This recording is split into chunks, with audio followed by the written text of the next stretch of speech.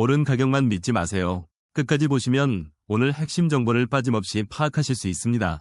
오늘은 비트코인이 왜 64,000달러를 회복했는지부터 살펴보고 이 반등을 아직 추세 전환으로 보기 어려운 이유, 이더리움과 솔라나의 차별화된 흐름, 그리고 투자자가 확인해야 할 가격대와 수급 지표까지 순서대로 설명드리겠습니다. 결론부터 말하면 가격은 올랐지만 시장 내부는 아직 강하지 않습니다. 이번 반등은 중동 긴장 완화 기대와 현물 상장지수 펀드로 들어온 8,585만 달러의 순유입이 촉발했습니다. 여기에 하락에 베팅했던 투자자들이 손실을 막기 위해 포지션을 되사는 쇼커버링과 급락 구간에서 들어온 저가 매수가 더해지면서 비트코인은 64,000달러를 회복했습니다. 쇼커버링은 쉽게 말해 가격 하락을 예상하고 먼저 팔았던 투자자가 가격이 오르자 다시 사들이는 행동입니다. 이 매수는 가격을 빠르게 끌어올릴 수 있지만 새로운 장기 자금이 들어온 것과는 성격이 다릅니다. 그래서 지금 반등을 강한 상승 추세의 시작으로 단정하면 안 됩니다. 가장 큰 이유는 거래량입니다. 가격이 지속적으로 상승하려면 실제 매수와 매도가 활발해지면서 거래량이 함께 늘어야 합니다. 그런데 이번에는 전체 시장 거래량과 파생상품 거래량이 모두 감소했습니다. 파생상품은 미래 가격에 베팅하는 거래를 뜻하는데 이 시장의 거래가 줄었다는 것은 투자자들이 적극적으로 위험을 감수하기보다 여전히 관망하고 있다는 의미입니다. 심리 지표도 약합니다. 공포 탐욕 지수는 리포트 작성 당시 20으로 극도의 공포 구간이었고 이후 참고 데이터에서는 13으로 더 낮아졌습니다. 가격은 반등했지만 투자 심리는 오히려 매우 위축된 상태가 이어진 것입니다. 온체인 수급도 경계 신호를 보냅니다. 온체인은 블록체인에 기록된 실제 자금 이동을 분석하는 방식입니다. 거래소로 약 11만 4천 비트코인이 유입됐는데 거래소로 코인이 들어오면 바로 매도할 수 있는 대기 물량이 늘어난 것으로 해석할 수 있습니다. 반면 코인 시장에서 현금처럼 쓰이는 스테이블 코인 유동성은 빠져나갔습니다. 쉽게 말하면 시장에 팔 수 있는 물량은 늘었는데 이를 받아줄 매수 대기 자금은 줄어든 상황입니다. 모든 거래소 유입이 실제 매도로 이어지는 것은 아니지만 현재처럼 거래량이 부족한 시장에서는 같은 매도 물량도 가격에 더 큰 충격을 줄 수 있습니다. 시장 자금이 어디로 향하는지도 중요합니다. 비트코인의 전체 코인 시가총액 점유율은 58.7%로 상승했습니다.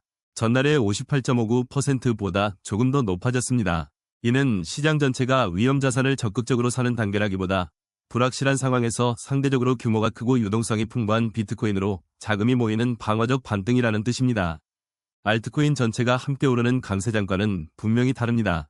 이더리움은 가격이 약 1,676달러로 반등했지만 현물 상장지수 펀드 자금 유출과 파생상품 수요 부진이 이어지고 있습니다.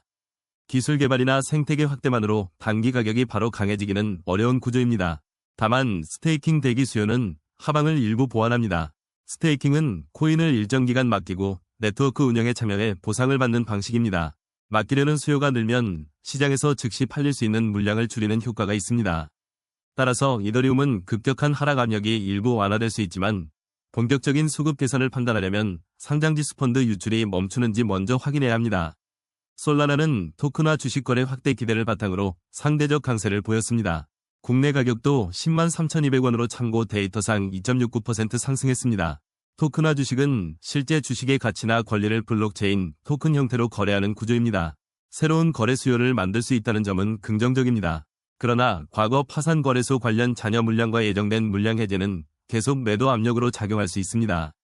좋은 사업 이야기가 있더라도 시장에 풀리는 물량이 많으면 가격 상승이 제한될 수 있다는 점을 함께 봐야 합니다.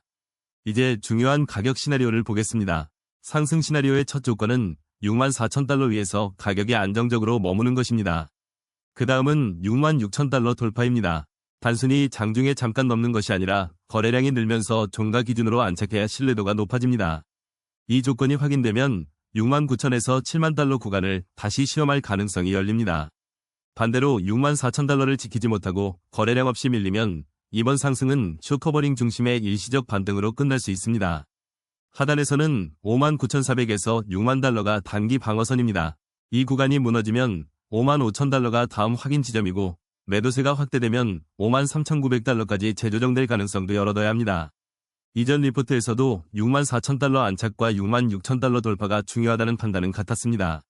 달라진 점은 실제 가격이 64,000달러를 회복했다는 것입니다. 하지만 거래량 감소와 약한 알트코인 수급은 개선되지 않았고 거래소 유입 증가와 스테이블코인 유출이라는 추가 부담이 확인됐습니다. 따라서 가격 조건의 첫 단계는 충족했지만 수급 조건은 아직 충족되지 않았다고 보는 것이 정확합니다. 외부 변수도 확인해야 합니다. 중동 긴장 완화와 미이란 합의 기대는 이번 반등의 배경이지만 협상이 지연되거나 결렬되면 위험 회피 심리가 다시 강해질 수 있습니다. 현물 상장지수 펀드의 8,585만 달러 순유입도 하루짜리 반전에 그치지 않고 여러 거래일 이어지는지 봐야 합니다. 채굴 수익성 악화로 채굴업체의 추가 매도가 나올 가능성도 위험 요인입니다. 거래량이 부족한 상황에서 이런 매물이 한꺼번에 나오면 변동성이 크게 확대될 수 있습니다. 그렇다면 지금 어떻게 대응해야 할까요?